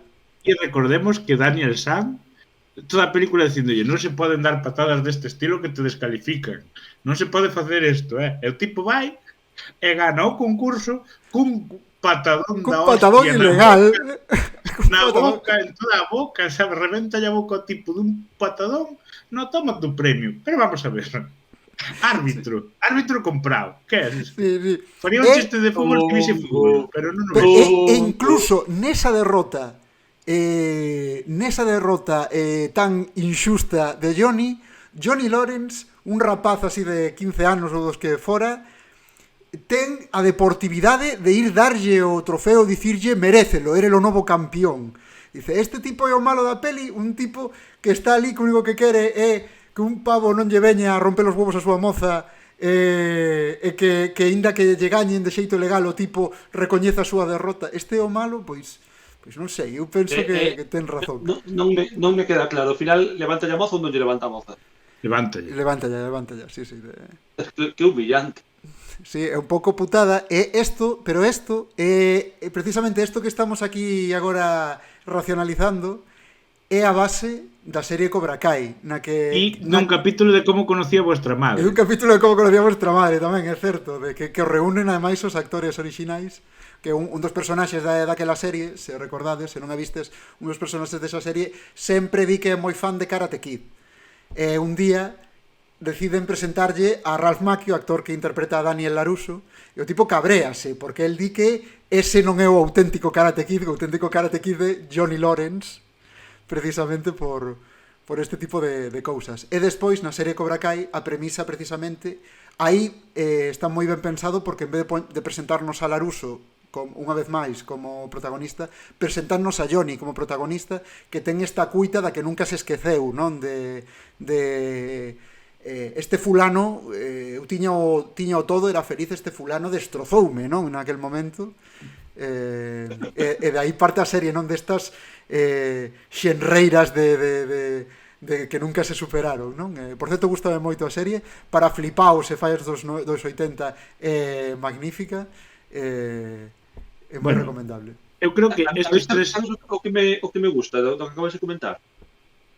Dime. Que como se pode facer unha especie de secuela dunha peli, joder, de un clásico para rapaces da súa época, e facela oscura, e facer como o trauma de o que a ti che divertía de neno, a mí jodeu unha vida, cabrón. Eso gusta, é como que na cara do espectador. Os manos de Solo en casa enfrentándose ao corredor da morte por culpa dun neno, sabes? É un hospital polas queimaduras da man, porque lle pegou na cabeza cun ladrillo tal, e o tipo aí medio discapacitado, e ese neno é un sádico. Home, todo o mundo sabe que Solo en casa é a versión para nenos de Jungla de Cristal, porque realmente é a mesma película, pero contada por outra modalidade. Bueno, eu creo que estes tres pirolos temos ganas de mexar, así que facer un descansiño non nos viña nada mal. Que clase, corte, que clase.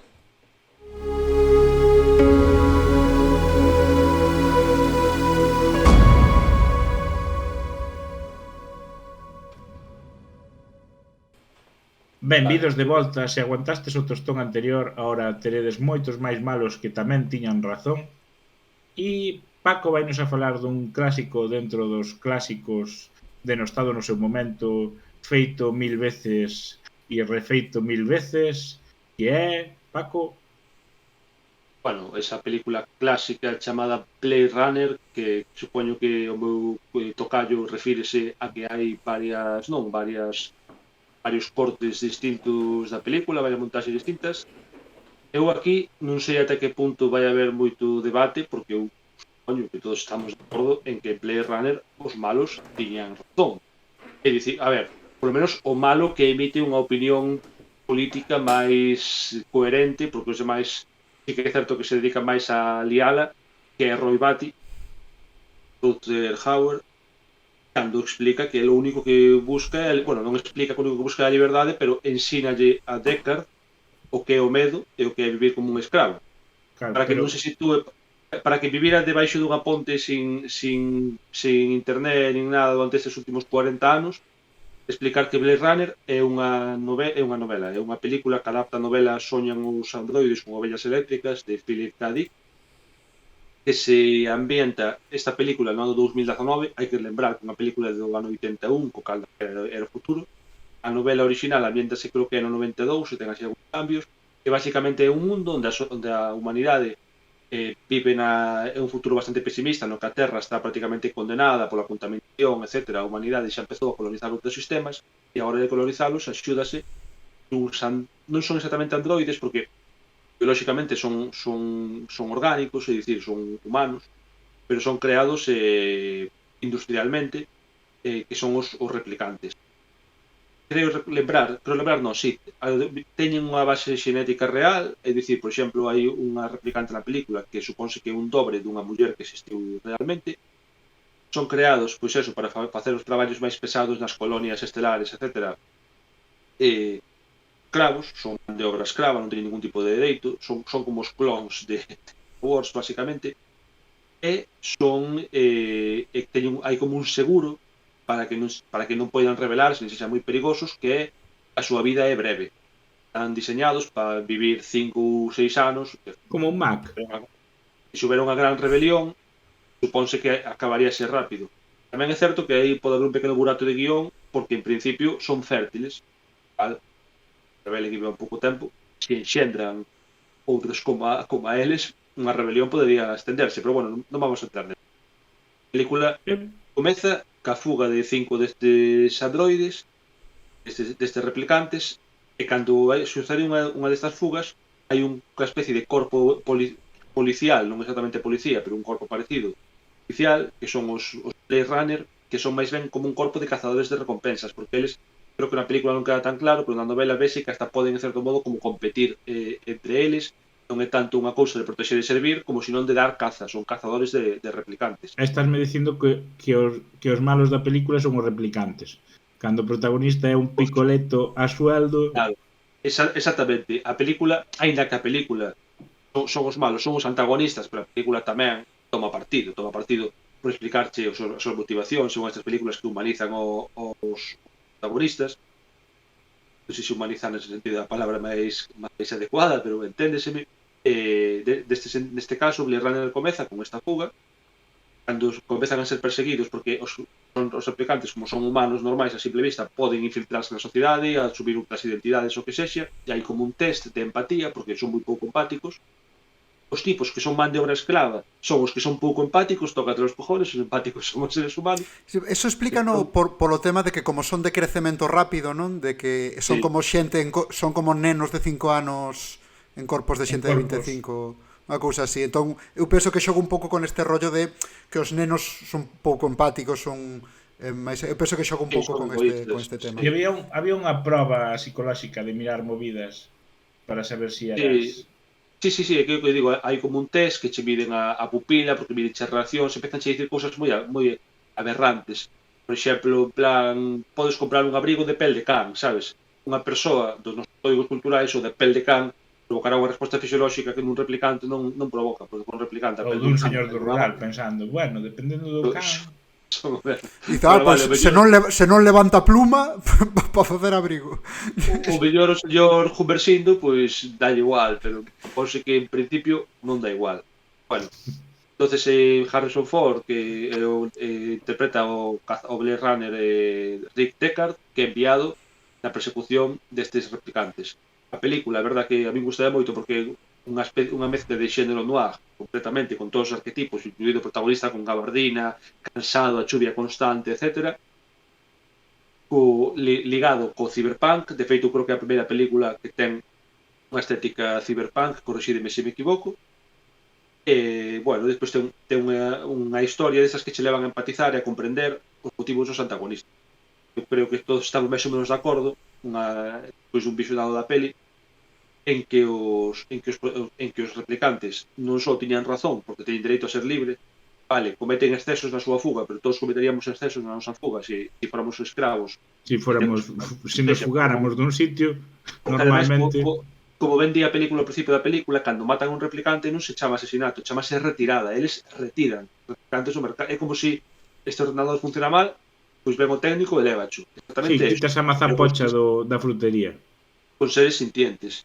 Eu creo que a prova evidente, sin querer facer moito spoiler, é que hai destas alturas da película, nunca mellor dito, é que os replicantes teñen razón, é o feito de que son capaces de actos de bondade cos seus inimigos. Cousa que os teóricos protagonistas da película non son capaces de replicar, valga redundar. Quen é ese replicante agora, Eu teño unha dúbida porque fai moito que non vexo a peli. Os replicantes, claro, eu sempre os entendín como clones. Pero vin moitas veces que a xente referirse a eles como androides tamén. Entón, ata que punto son mecánicos, ata que punto son biolóxicos?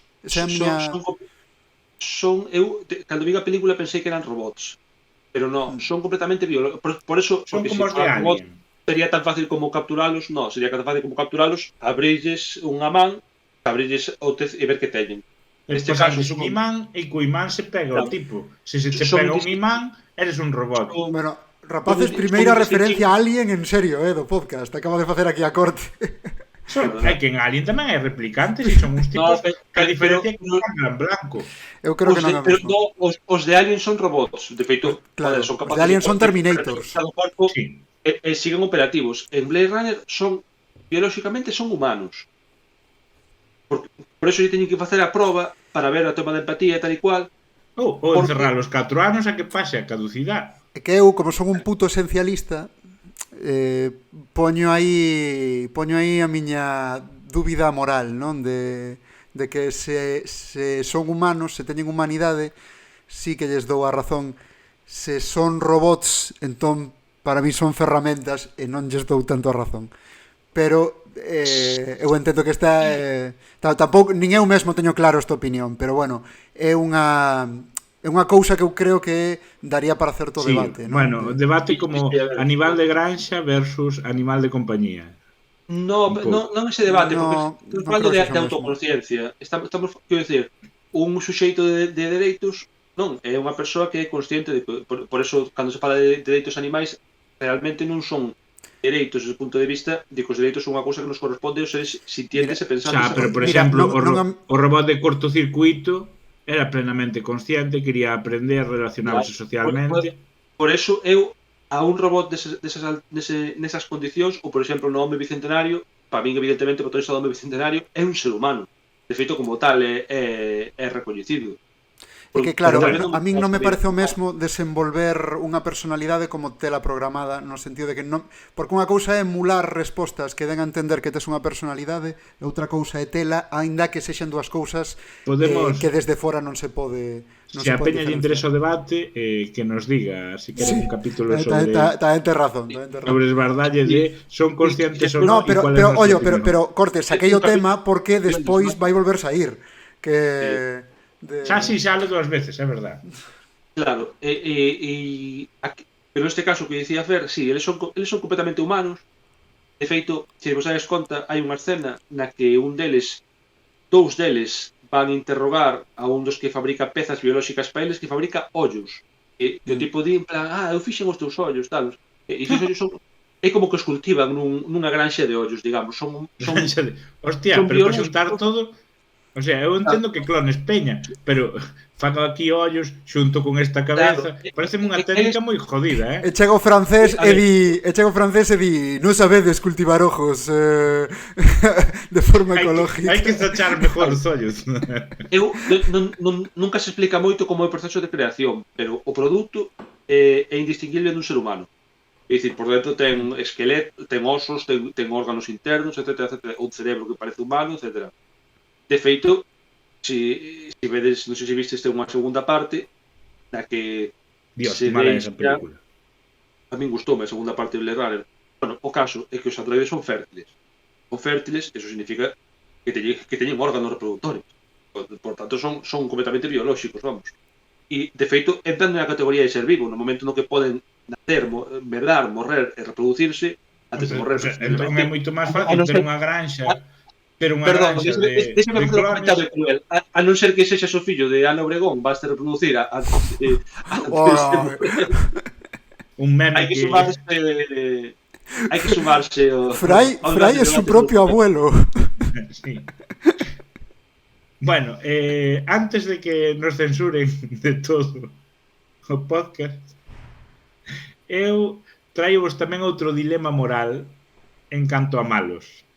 Non sei se vos acordades de Watchmen. No me... Watchmen ten un malo que é Ozymandias, que non é un spoiler porque o cómic ten unha tila de anos e a película tamén, estábamos nós na universidade, así que se non a vistes, podela ver, pero resulta que o Eso malo foi ten... feito un pouco tempo, pa. O malo ten un plan que é, en plena Guerra Fría, é un mundo como o noso, pero hai unha serie de cambios e alteracións e hai unha especie de único tipo con superpoderes que é o Dr. Manhattan, que pode manexar a materia a súa bondade. Bueno, pois neste mundo alterno Pensei a que Unión ibas a dicir que Soviética era George Soros. nunca se disolveu e está ao punto de chegar a unha guerra nuclear con Estados Unidos. E este ser todopoderoso, aínda que sería capaz de intervir e reducir o número de bombas atómicas ao 99%, ese 1% podría acabar coa humanidade. E o malo dice, isto vai nos levar a morrer a todos. Teño un plan. E resolves ao final, claro, tú non sabes cal era o plan, pero era desarticular ao señor superpoderoso, telo entretido con sus movidas e conseguir que a Unión Soviética e Estados Unidos se aliasen para luitar contra un mal superior. Na película o mal superior é ese Dr. Manhattan que se volveu tolo e nos cómics é no espacio exterior hai uns pulpos que veñen e nos matan. Entón hai que matar aos pulpos. E esa é a resolución. Pero para que se unan esas dúas nacións tuvo que cometer un genocidio masivo en grandes cidades tanto da Unión Soviética como de Estados Unidos. Xa, pero o plan é absurdo porque do cómic se o teu plan é luitar contra uns pulpos do espacio, nada mellor que montar unha macrofesta no Carballiño, non? E ali xa a xente se vai a servindo. Claro, sí. Se en Galicia chegan pulpos do espacio non son un problema, son unha bendición. Pero... Imaginades que isto nun Watchmen alternativo é todo o mundo contra os pulpos menos o Carballiño. Todo o mundo se refire aos pulpos como inimigos do Carballiño como proveedores. A Aurora aí cortando pulpos do espacio para todos, non hai pimentón para todos. Crean salgado pimentón. O que dicían os gregos, non? Os antigos gregos dicían os espartanos non preguntan cantos son, sino onde están. Os galegos non preguntan que é, senón a que sabe. Os gregos xa o sabían. E os de Lugo teñen a resposta. Os galegos dicen cantos somos para comer para facer o triple. Os galegos dicen tes mesa para 3 para 15 persoas. Ben, bueno, este é o plan malévolo. Fer, tú traernos unha situación máis humana, non? Unha situación máis sí, aplicable. pero un último comentario a raíz de Watchmen, que quero dicir que menos mal que os meus gustos fílmicos non se traducen a hora de votar, porque como me gustan os fachas das pelis, tío. Son super fan. Puto amo Rorschach, puto amo Rey Leónidas, puto amo Schwarzenegger en comando. Hai un momentazo de Watchmen que é o tipo estalles dicindo nunha reunión de empresarios que inventou a energía limpia e ilimitada. E os empresarios dicenlle, pero eso é comunismo. El, bueno, a ver, se non queredes enerxía limpia e ilimitada, pois ao mellor hai que matarvos. Bueno, edito isto e aparte moi ben traído porque edito falando de fachas de películas e falando de comunismo, vamos a falar de Un día de furia. Un día de furia, película dos 90 de Michael Douglas, Ademais, ambientada nuns eventos da historia recente de Estados Unidos que a mí me interesan especialmente polo motivo que sexa, que son os disturbios de Los Ángeles dos anos 90, que xa mencionei nalgún outro episodio da Caixa Negra da Pero Nostromo. episodio sin falar de disturbios nos Ángeles. De disturbios en Los Ángeles. A historia trata dun funcionario do goberno estadounidense que traballa para o Ministerio de Defensa en Los Ángeles. É a típica persona convencida, non? O típico americano convencido do American Way of Life. El traballa para o goberno nun departamento que de defensa que traballa en contra da Unión Soviética, en contra do comunismo, para promocionar o estilo de vida americano, contrario á propaganda, contrario, en xeral o que é combatir tanto militarmente como ideolóxicamente o bloque soviético. Señor de casiña nos suburbios, pois un home exemplar, ademais con pinta de tipo que seguiu todos os pasos que a sociedade che din que é o correcto, non? Un quito, bro, non? Camisa impoluta, corbata, o dos... Acordademos de Graimito, nos Simpsons. Sí, un pouco... O Graimito. O que pasa que Graimito acompaña un pouco esa historia de superación, non sei que, pero sí, un pouco así de Graimito, incluso estéticamente, é moi Graimito Michael Douglas nesta peli. Entón empezase a vir abaixo a vida, ten un divorcio traumático, bótano do traballo despois de tantísimos anos aí, porque claro, é unha peli dos 90, cae a Unión Soviética, el está nun departamento que xa non ten sentido, e o tipo síntese traicionado pola vida, sinte que el esforzouse por facer o correcto e lonxe... Este señor representa as películas de James Bond. Canto máis mo contas, máis é a evolución de se cae el muro e ahora quiénes son los malos. Eu estou pensando que se eu fora él, empezaría a conspirar para restablecer a Unión Soviética. Básicamente. Eso estaba guapa. É que...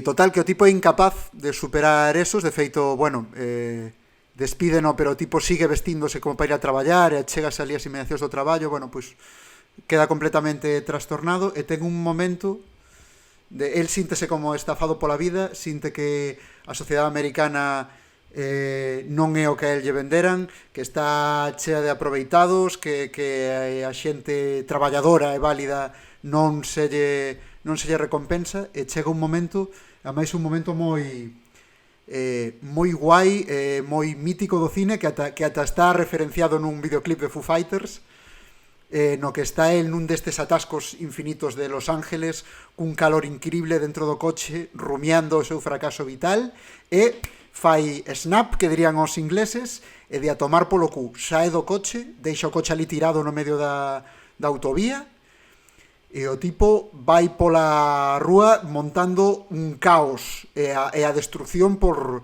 Los Ángeles adiante. Pero ollo, porque ti dis, joder, pero non é en plan de enfadei e me vou matar xente. Non, pero que non é tan así. O tipo vai andando por aí, ven uns tipos que venden droga dándolle o palo a xente, que lle intentan vir aí a atracar non sei que, pois o tipo metelles unha paliza a eses tíos. A un cabrón dunha tenda que sempre estafa non sei que, jódelle a tenda. Os tipos do McDonald's que son bordes con el, que riron del, que non lle quixeron axudar nun momento que o tipo viña con presa e como xa pasou un minuto non lle serviron o desayuno, boom, o tipo empeza a tomar esa xustiza que eu creo que todos evidentemente non chegamos a eses niveis, por sorte, pero é moi satisfactorio velo, porque sempre pensas ti, hostia, o fillo de puta da panadería que sempre me dá as voltas mal, equivócase o seu favor, me cago en la puta que ve un par de hostias, tío, o cabrón este do que sei, de Borja Escalona, non, do youtuber este que está aí tocando eso, ojalá lle partiran a cara ese, non? Ao momento de explosión de yo mismo a Irene. Sí, ahora que estou a estas pelotas, pero con humor, en este caso con sarna, con... Incluso pero o tipo é como que mantén certa pureza de intencións, non? Porque incluso hai un momento no que o tipo empeza a escalar e ármase e monta un cirio da hostia que toda a policía se ten que mobilizar para ir a detelo. Pero hai un momento no que o tipo, pois eu que sei, bate pois nun coreano ou nun latinoamericano ou algo así, nunha minoría étnica, e eso ven uns nazis, e os nazis poñense ao seu favor, e o tipo cando ve que os nazis están ao seu favor, enfádase e vai polos nazis, porque isto non ten nada que ver con esta mierda fascista vosa que tamén é antiamericana, non? Entón, joder, é como que aí, os nazis, dalles agora os manguis, dalles os manguis tamén, a este cabrón que aparcou 2 prazas de coche, pois jódelle o coche tamén, non? É unha cousa como moi satisfactoria, é moi de xustiza do cidadán da pé, meu pobre, que só quere ser feliz e ter un traballo, é unha vida normal e ves atacado polo sistema. Que pasa? Que a peli chega un momento no que te pon en contra del falándoche do seu pasado, e o seu pasado como home que non é, descobres no medio da peli que non é un tipo que de repente se lle fora a pinza, non, descobres que pero que en realidade sempre foi un tipo violento, este divorcio é porque maltrataba os fillos, porque non sei que, entón claro, poste na súa contra, pero eso é o que máis me fastidia a peli, porque eu penso que é moi pouco valente nese sentido, de que ao final atopa un rollo, porque queda como esa crítica que lle está facendo a sociedade americana queda un pouco desdibuxada cando dis non, a sociedade non tiña un problema, era este tipo que estaba tolo, non? A min eso sí. É unha cousa que para min jode un pouco a peli sinceramente, e creo que entra nesta cousa que falábamos antes, non? De que ás veces cando o malo ten demasiada razón e o guionista pon que teña aí sempre un rollo no que se pase para que digas, joder, non, aquí non podo seguir animando. É unha crítica moi común que se fai a ese tipo de cine, é o tema de que sempre hai unha escalada, o sea, hai un momento no que o malo perde o control. Perde o control de sí mismo, refírome. Ou ata o momento todo que parecía máis ou menos xusto, e de pronto unha matanza, unha acción inxusta, descubrirse que en realidad os motivos son máis egoístas do que parecían nun principio, que esa é outra. Nesta peli... Hai moitas pelis de motivos que parecen loables ou entendibles e de pronto é pasta ou o que sexa.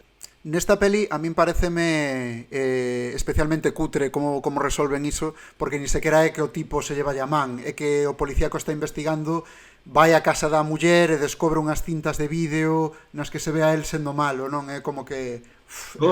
mira, un flashback bien traído, un VHS. Sí, todo mundo ten na casa unhas cintas de vídeo e autoinculpatorias. Incriminatorias. Esto é... Típicas cintas de vídeo incriminatorias que tes no baixo da casa. Bueno, tiña esa muller, supoño que como proba incriminatoria literalmente, non? Pero dá un pouco impresión, isto de teoría miña conspiración, de que originalmente o tipo iba a ser un ciudadano gone roach, non? Un ciudadano que se volve rebelde, e que parece un pouco un engadido para suavizar un pouco esa crítica. Recórdame un pouco a unha peli que se chamaba Un ciudadano ejemplar. Iba un pouco deste rollo. Está moi guapa esa peli. E Valoreina tamén para traer aquí, de Gerald Butler. Pero sabes, a mí que me recorda tanto Un ciudadano ejemplar como Un día de furia, no rollo de a ruptura sentimental dun individuo que serviu o soño americano e a súa rebelión, non, a súa revolta, porque, bueno, unha cousa así como moi pouco organizada e moi visceral contra o sistema. A primeira película de Rambo, un pouco o mesmo rollo. Sí, Rambo volve de Vietnam, traumatizado, o seu amigo está morto, descubre que está morto, tal, e como vai por aí todo desaliñado, co pelo longo, tal e cual, tomado por un hippie, tiña unha pinta de hippie, non podía con ela, e veña a mallar nela en comisaría ata que lle solta, bueno, mallar nela, non chega a mallar nela, pero bueno, cando lle botan auga fría e todo o rollo, ata que se lle solta o chip. E tamén empeza... Sí que hostia. Pode ser, pode... no, pero sabes cando tal, tolea todo cando van a feito, cando iba a cortar o pelo e ve a navalla, e se acorda do vietnamita que se acorda do vietnamita, sí. Didi Mao. É un pouco a mesma premisa, non? É dicir, unha persoa, a mes sempre son persoas que serviron ao sistema. Non o cabreo, un currelas calquera que un día se cabrea tal. Non é presentado como malo, o sea, non é presentado como o tipo que ao final era malísimo, senón como un desperdicio do sistema, non? Que Estados Unidos se aproveitou... É certo que na peli de Rambo suaviza bastante o personaxe, porque na novela de Rambo, que Rambo ten unha novela, First Blood, que na que se pasaron despois a película, un puto trastornado. De feito, na película penso que non mata a ninguén directamente, na primeira hai algún morto, pero é como, sabes, como por erros, pero Trampas e non cousas é así. tal. Pero na novela o liquida todo o que se mete por diante, é unha pasada, é un puto animal de cidadáns, policías, o que sexa. Sí, Porque por cerrar un pouco o tema de Un día de furia, quería decir que a min o que máis me apela desta película é unha cousa que eu da que eu sí que teño sensación e penso que é trasladable á sociedade nosa, que é ese rollo de xeración que non cumpliu cas expectativas nas que foron educados, que sería neste caso a nosa. Non sei vos, pero por exemplo teño moitos exemplos de amigos que esforzáronse moito, sacaron boas notas, fixeron unha carreira, fixeron os másters e despois enfrentáronse a infratraballos ou a temporadas longas de paro, a non poder acceder a unha vivenda e finalmente ter que emigrar despois de ter cumplidos todos os pasos cos que lle prometeran que ia ser non necesariamente feliz, pero iba a ter as ferramentas para ser mellor feliz. é necesario non un foi remake. así, non? Un remake da nosa xeración. Pois non estaría nada mal eso, de Un día de furia aquí, de alguén que vota un currículum por 8ª vez con 2 másters, que lle ofrece Matria, en realidad Matria é un remake de Un día de furia. Un día de furia. Bueno, Paco, tú que rebelión nos traes? Bueno, pois eu hoxe levo o día de dereitos dos androides e derivados, porque xa antes vos falei de Blade Runner.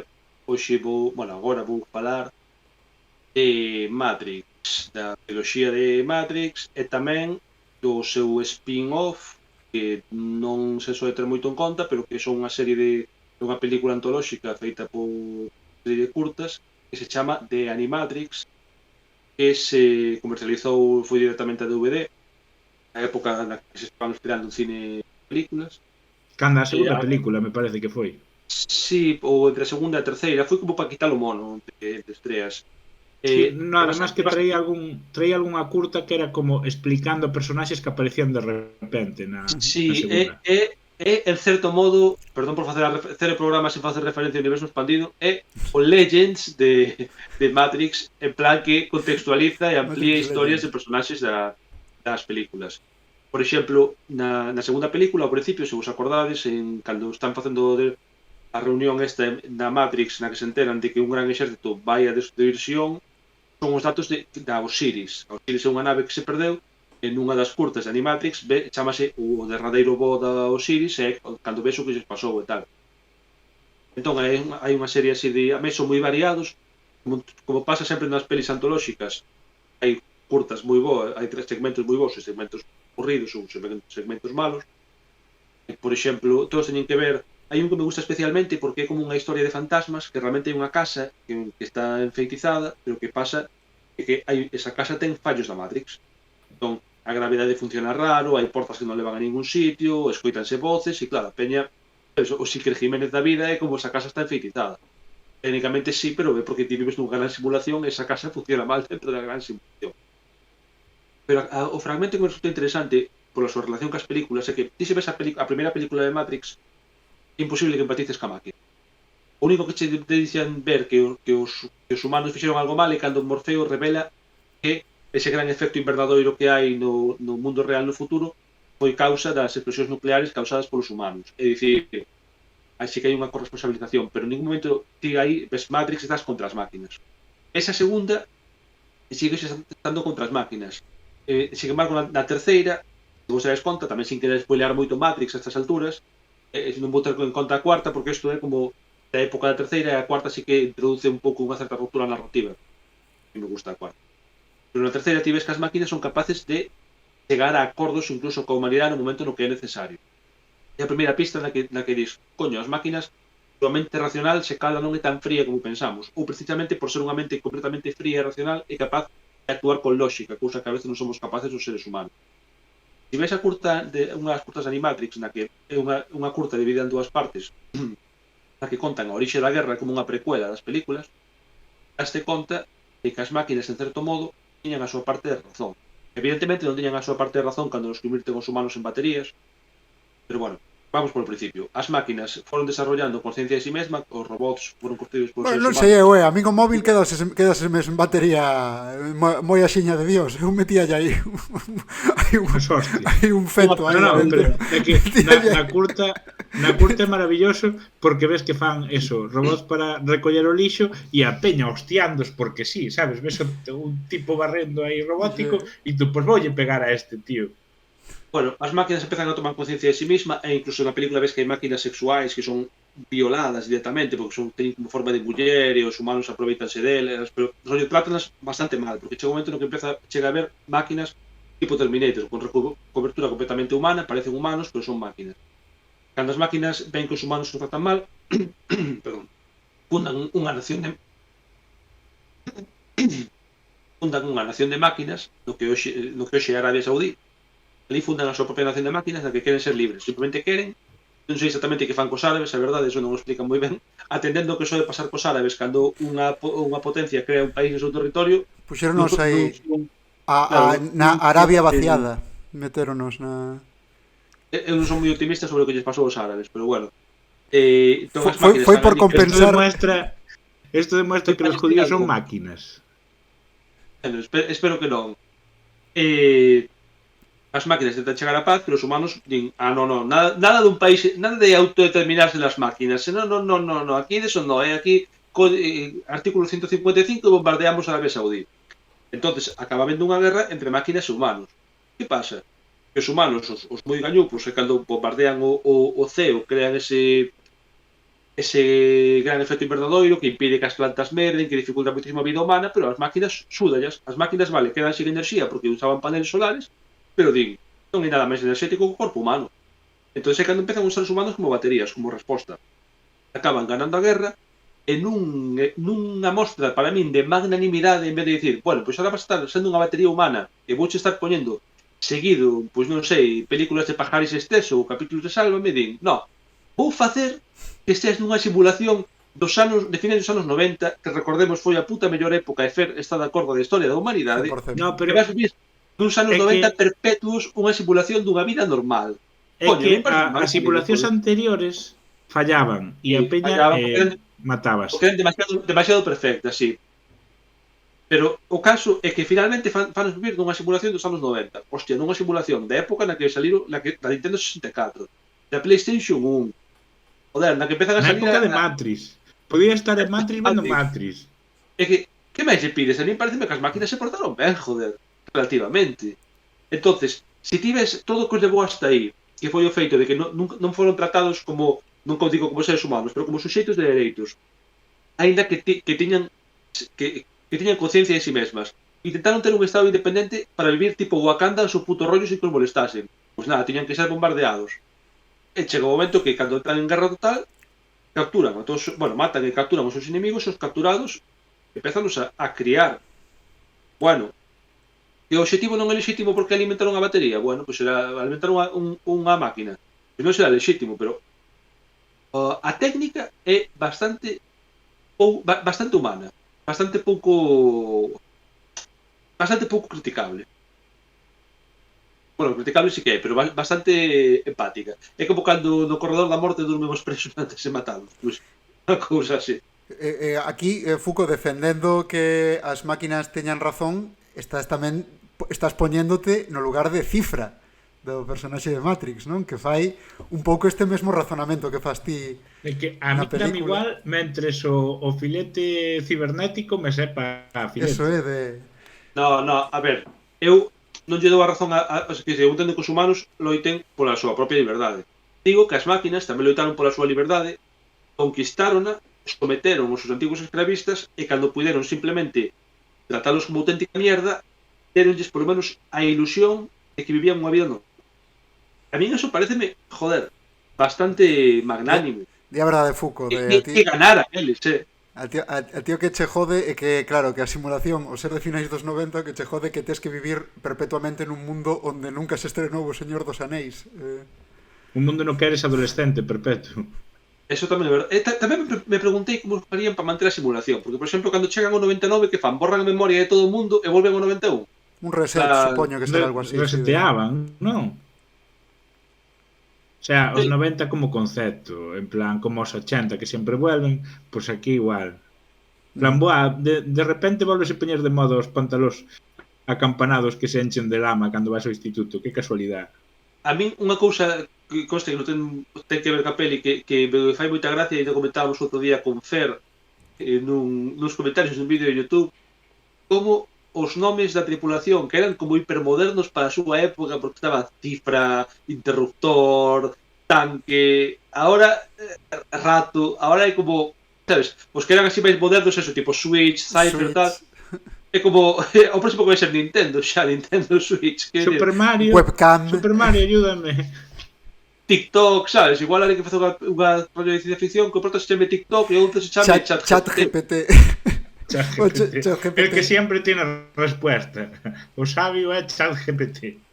Aquí, bueno, eu aquí levaríache ata certo punto a contraria polo que dixen antes de, evidentemente, o comportamento do que teñen os humanos en que nos amosa Animatrix, do que fan os humanos cas máquinas, é bastante inaceptable. Pero claro, a min rómpeseme o ordenador e non o levo ao médico, tiro o lixo e non estou sendo cruel por iso, non? Para min sigo diferenciando ferramentas do que son... Quer dicir, eu deixo o ordenador a descargar unha peli 3 días seguidos e non estou esclavizando o ordenador, é unha ferramenta que vale para iso. Hai que recordar que as máquinas tamén permitiron a existencia dunha reserva de humanos en liberdade que era Sion, en plan, bueno, pues algunos queréis estar fuera, pero non deixamos permitiron. No, sí, non sabían onde estaba, por eso non a podían... Sabían que os liberaron. O sea, no, era parte do xogo.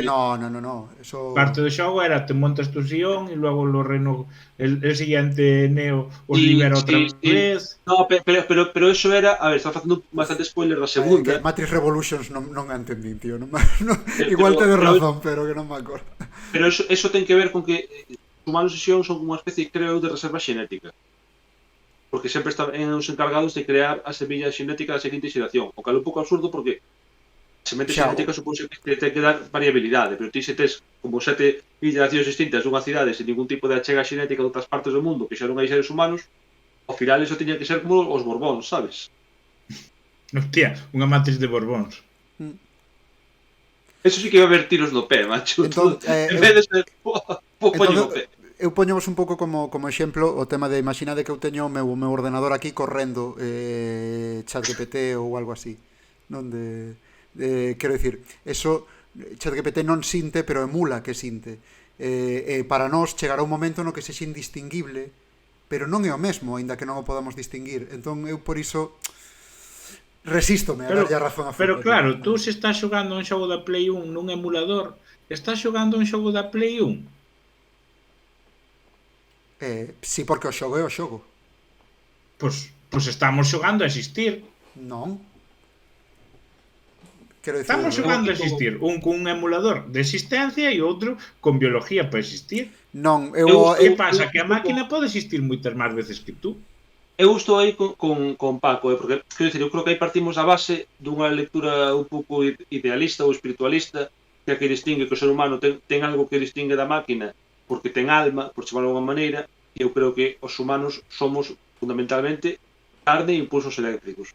Entón, en certo modo somos máquinas tamén. Os nosos sentimentos, a ver, non me quero poner tampouco moi filosófico, pero están programados. E os sistemas que temos corporales tamén.